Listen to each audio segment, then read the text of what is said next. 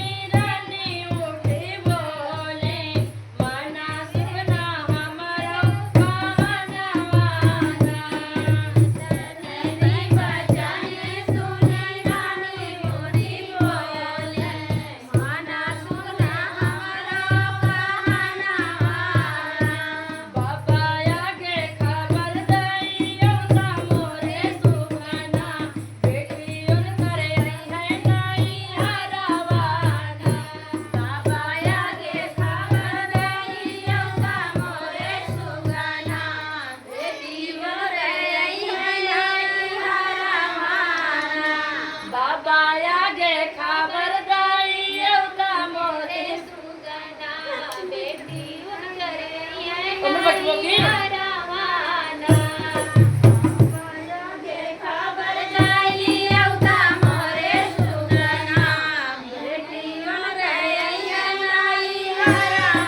जौने दिन डोली चढ़ी आए हम गवनवा बाबा रोए कोड़िया गजवाना जौने दिन डोली चढ़ी आए हम गवनवा बाबा रानी रोमैया गनवाना जौने दिन डोली चढ़ी आए हम गनवा बाबा रानी रोमैया गनवाना तेरी ना डोली चढ़ी आए हम गनवा बाबा ठाणे रोमैया गनवाना पापा समझावत रहे पोछी के नयनवा बेटिया नहीं बे हम समनवाना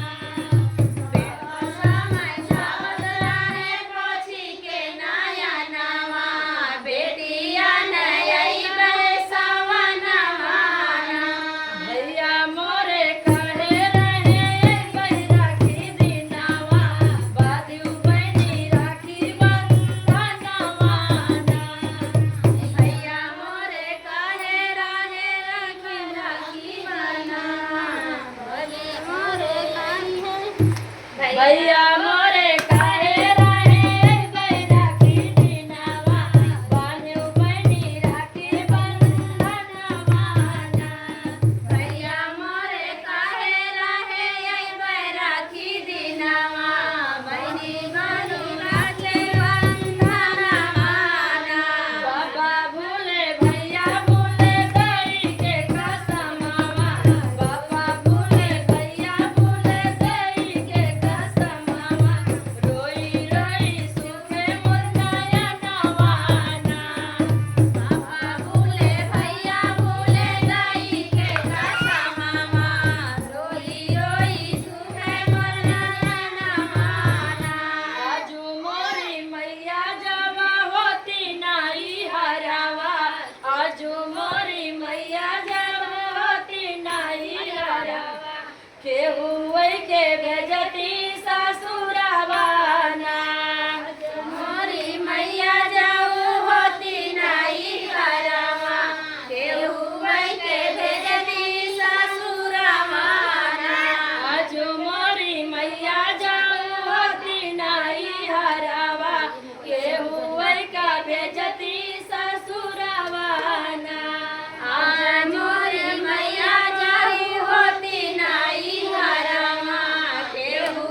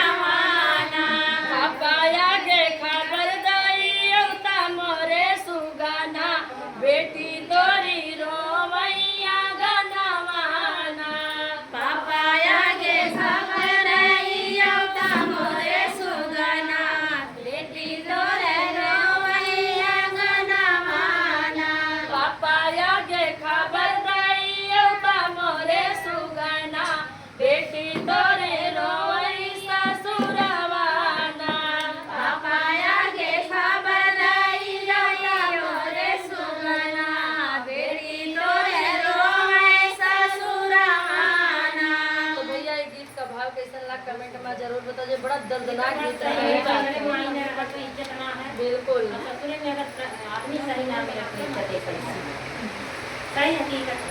तुम्हें कौन चिंता हो? तुम्हें कौन चिंता हो?